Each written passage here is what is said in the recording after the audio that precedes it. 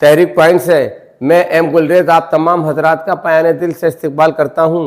नाज़रीन, अक़लियती council of India के ज़ेर एहतमाम एक प्रोग्राम का इनेकाद किया गया जिसका मौजू था अक़लियतों और महरूम तबकों के मसाइल और उनके हल।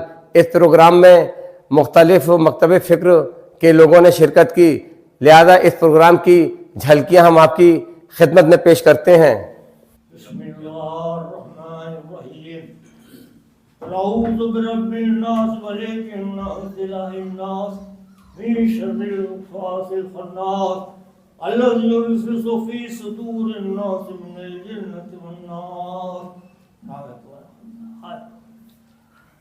साहब आए आप शुरुआत कर दें आप। जैसा कि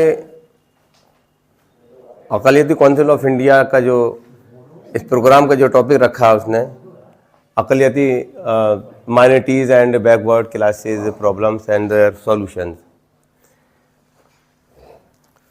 तो जहाँ तक कि मेरा अपना ख्याल है और जो शख्स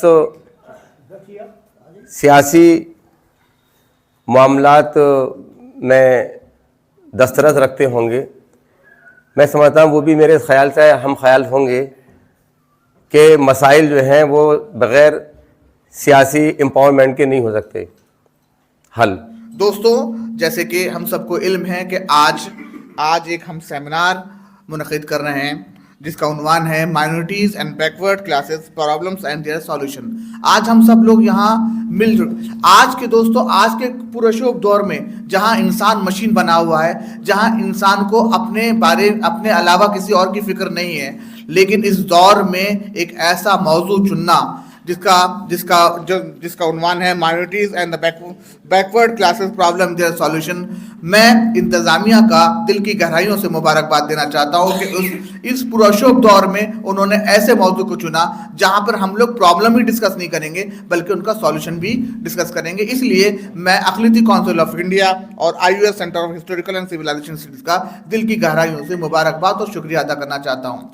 दोस्तों, अगर हम माइनॉरिटीज़ की बात करते हैं तो national commission for the minorities act 1992 के तहत हिंदुस्तान में 6 रिलीजियस बेसिस पर माइनॉरिटीज़ मुनक़िद किया है, जिसमें ख़ास तौर पे Muslims, Christians, Buddhism, Parsis, Sikhs और जैन लोगों को माइनॉरिटी की कैटेगरी में रखा गया है। आइए दोस्तों, क्योंकि हमारे यहाँ स्पीकर्स मौजूद हैं माशाल्लाह और स्पीकर्स आ चुके हैं, तो मैं वक्त ना लेते हुए तभी सबसे पहले मैं आली जनाब कुंवर डॉक्टर आसिफ साहब से दरख्वास्त करना चाहता हूं कि वो आए। मानी साहब, रिटायर्ड जज सलीम साहब, IUS चैप्टर के चेयरमैन और तमाम लोग। देखिए, ये आज का जो टॉपिक है minorities and backward classes problems and their solution, बहुत से टॉपिक थे मगर इसको चूज़ किया गया क्योंकि आजकल की जो प्रॉब्लम्स है हमारी माइनॉरिटीज़ की, वो बेसिकली जो प्रॉब्लम सामने आ रही है वो ये है कि हम लोग अवेयर नहीं हैं, हम वक्त के साथ साथ नहीं चल रहे हैं। जितनी भी प्रॉब्लम्स आ रही है और स्पेशली जो SIR है, स्पेशल इन्वेस्टिगेशन रिव्यू या रिवीज़न कहिए इसको, और वक्फ प्रॉपर्टीज़ का जो उम्मीद पोर्टल बनाया गया है उस पर भी, इसके लिए तमाम प्रॉब्लम्स आ रही हैं लोगों को। तो उसकी वजह सिर्फ ये है कि हमारी जो कम्युनिटी है वो इस बात पर ध्यान नहीं दे रही है कि भी हमें पढ़ाई लिखाई से भी वाबस्तगी होनी चाहिए। जब तक हमारी कम्युनिटी पढ़ी लिखी नहीं होगी तभी वो अवेयर होगी। इसलिए कि हमारी कौम को और हमारे जो आप ऐसा समझिए कि जो सरपरस्त हैं उन लोगों को इस बात के लिए अवेयर करना होगा कि भाई इंस्टीट्यूशंस को बढ़ावा दिया जाए। सबसे पहले मैं मुबारकबाद देता हूँ उस्मानी साहब को और उनकी पूरी टीम को कि आज जिस सेमिनार का उन्होंने इंतज़ाम किया है और जो टॉपिक है ये बहुत ही रेलेवेंट टॉपिक है और इस टॉपिक से मिलते जुलते हर एक को कोई ना कोई प्रॉब्लम है। तो ऐसी डिस्कशन से, ब्रेन स्टॉर्मिंग सेशन से नए आइडियाज़ मिलते हैं और नया सलूशन मिलता है। वजह क्या है, आज का हमारा चैलेंज है क्या? माइनॉरिटीज़ का कहता हूँ, जिसमें मुसलमान, ईसाई, सिख और जैन सब शामिल हैं। मैं पर्टिकुलर मुसलमानों के बारे में नहीं, इसमें सब शामिल हैं। चैलेंज इस बात का है कि नफरत से किस तरह लड़ा जाए। नफरत एक ऐसी चीज़ है जो दोनों को तबाह करती है, नफरत करने वाले को भी तबाह करती है और जिससे नफरत की जाती है उसका तो होता ही है बहरहाल। जिन मुल्कों में नफरत को फ़रोग़ दिया है उन मुल्कों में कोई तरक्की नहीं होती, उन मुल्कों में कोई बिजनेस डेवलप नहीं होती, उस मुल्क में माहौल ही नहीं बनता जिसको हम कहते हैं डेवलपमेंट। मंजर साहब ने मुदल्लिल तकरीर की और तालीम की अहमियत पर भी जोर दिया। ये सही है कि बग़ैर तालीम के कोई आदमी तरक्की नहीं कर सकता, ये तो बेसिक चीज़ है। लेकिन मेरा मानना ये है कि बग़ैर सियासत के भी इस ज़माने में कुछ नहीं होने वाला। अगर सियासत न होती तो मोहम्मद अली मेयर न होते, इंग्लैंड के मेयर अखलाक साहब नहीं होते। आपको अगर अपने हुकूक लेने हैं, मैं ये नहीं कहता कि कम्युनल पार्टीज में जाइए, लेकिन इस तरीके से जाइए कि मुश्तरका तरीके से कोई लायबल बना के जाइए। और अगर अब आप देखिए हिंदुस्तान में तालीम की कमी की बात तो है नहीं कोई। मैं बताऊं कि जब मैं यहाँ पढ़ने आया था, सन 58 की बात है ये, मुसलमानों के पास कोई कॉलेज नहीं था एमयू के अलावा।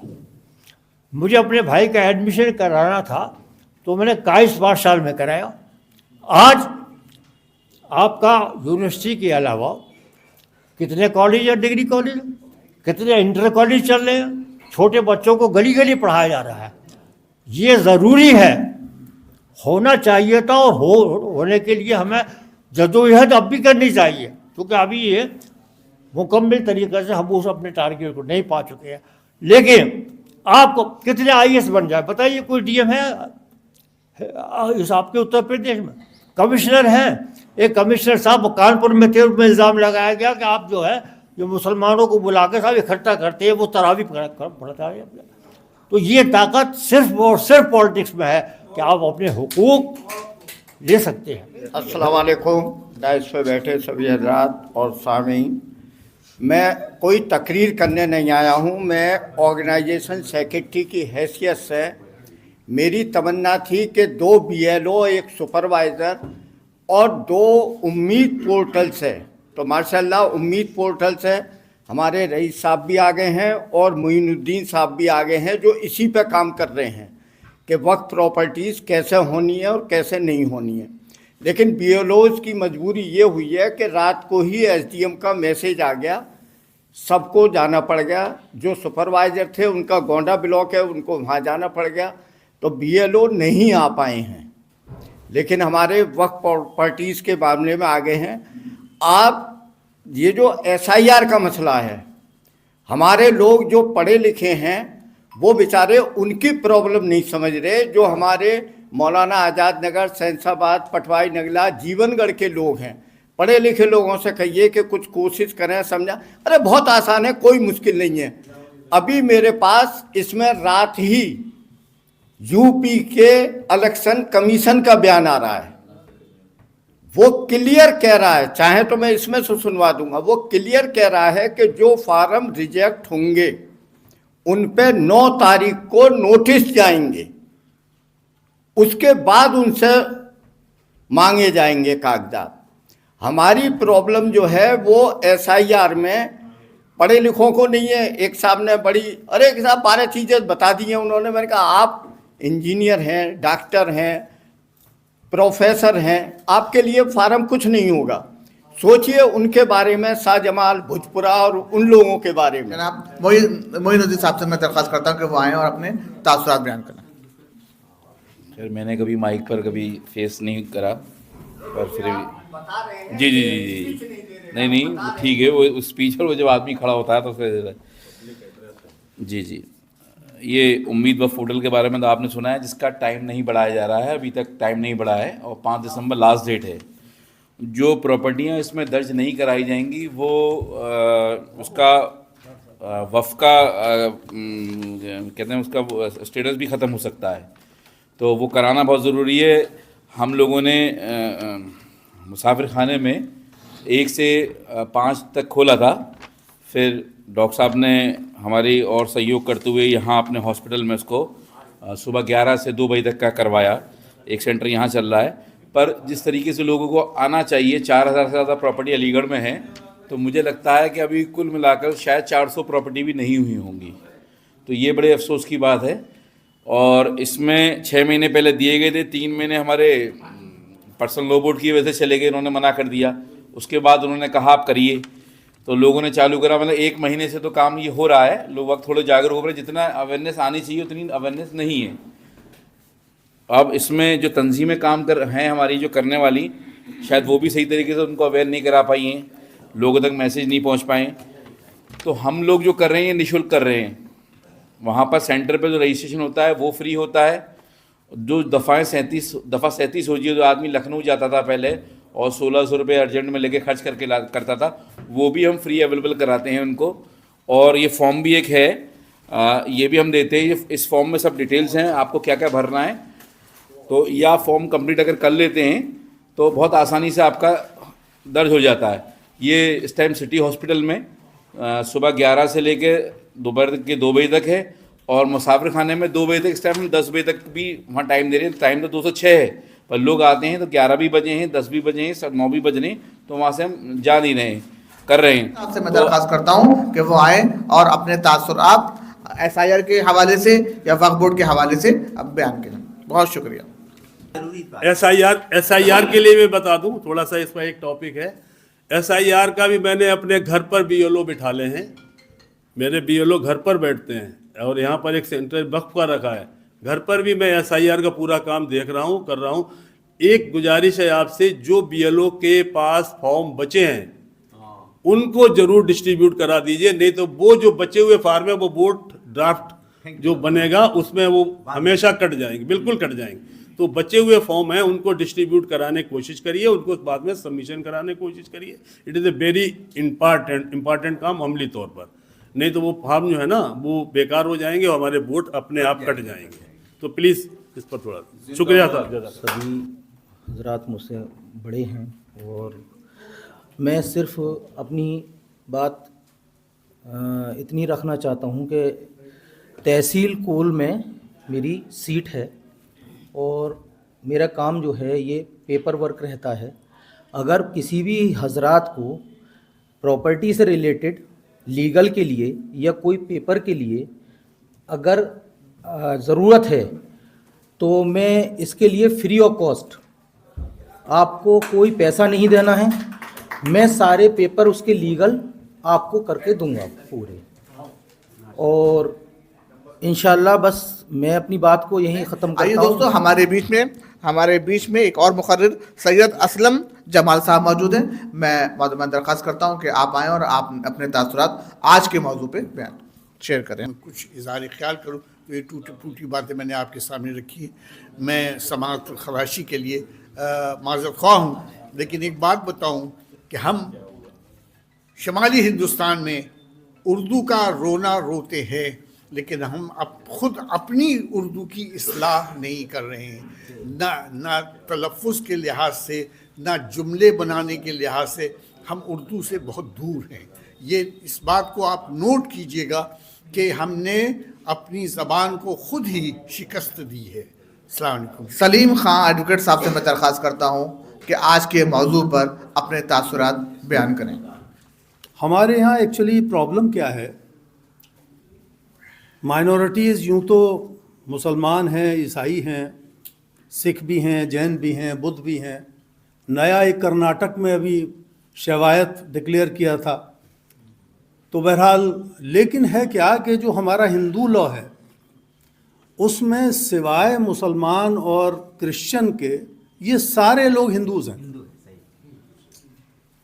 तो अब सवाल ये नाटक है पूरा पूरा कि बेनिफिट्स इनको न मिले, इनको मिले, या बेनिफिट्स शेयर हो जाएं। ऐसा मैं समझता हूँ, हो सकता है मैं गलत हूँ। तो बहरहाल मैं इस बात को मानता रहा हूँ हमेशा से कि जब तक, और कुरान में भी एक आयत है, मेरे पास नोट है, कि अल्लाह उनकी मदद नहीं करता जो अपनी मदद खुद नहीं करते। तो अपनी मदद खुद करिए। मैं प्रोफेसर शमीम साहब से दरख्वास्त करता हूँ कि आप आ जाएं और अपने तासुरात बयान करें। एक बात कही हमारे सदर साहब ने, उस्मानी साहब, और वो काउंटर किया मंजर साहब को।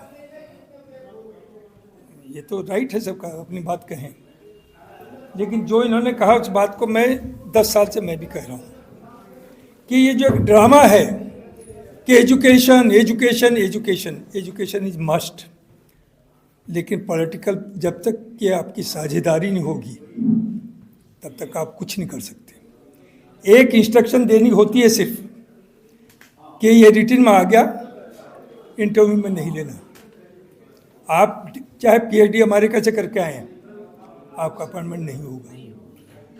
पॉलिटिकल एम्पावरमेंट, गवर्नमेंट में हिस्सेदारी एजुकेशन से भी ज़्यादा ज़रूरी है, ये भूल नहीं है। आपको अब से 40-50 साल पहले यादव का नाम भी कोई नहीं जानता था दुनिया में कि यादव कोई कौम है। भैंस पालने वाले थे सिर्फ दूध। आज यादव जनरल भी है, कर्नल भी है, चीफ मिनिस्टर भी, एक वहाँ है मध्य प्रदेश में, एक यहाँ है, और हर जगह। और यादव एक जगह है, यादव बन रहे हैं। यूपी में सिर्फ और सिर्फ 8% हैं, जिसमें 3% बीजेपी के साथ हैं, और आप 20% है ऑफिशियली। 19.6% ऑफिशियल डेटा है यूपी का, हैं आप ज़्यादा। और आप जो हैं, आपको बैसाखी चाहिए, आपको दलाली करनी है। चुके we are the most corrupt community, इसे एक्सेप्ट करिए। जो ये पब्लिक में आप में खड़े आके हम बोलते हैं ना, पहले हमारी बैकग्राउंड भी जानिए कि हम कितने शरीफ हैं, हमने क्या क्या किया। अकलियती कौन सिर्फ एक मुद्दत से इस तरीके के इजलास का इनकार करके एक बेदारी पैदा करने की कोशिश कर रही है। मैं नहीं समझता कि किस हद तक हम कामयाब हुए हैं, लेकिन सही रास्ते पे ले जाने की पूरी कोशिश करते रहे, इंशाल्लाह करते रहे। मैं अकलियती कौंसिल की प्रेसिडेंट की हैसियत से आज की जलसे में शिरकत करने वाले सभी हजरात का बहुत बहुत शुक्रिया अदा करता हूँ, और आपसे अपील करता हूँ कि आइंदा भी आप इस तरीके का ताउन कीते रहें कि तशरीफ़ लाएँ, अपने ख्यालात का इज़हार फरमाएँ और हमें अपने तजुर्बों और अपने ख्यालात से नवाजें। अस्सलाम। नाज़रीन, अगर आप हमारे तहरीक पॉइंट चैनल पर नए हैं तो इसे सब्सक्राइब करें, शेयर करें और साथ ही अपनी कीमती मशवरों से हमें नवाजें।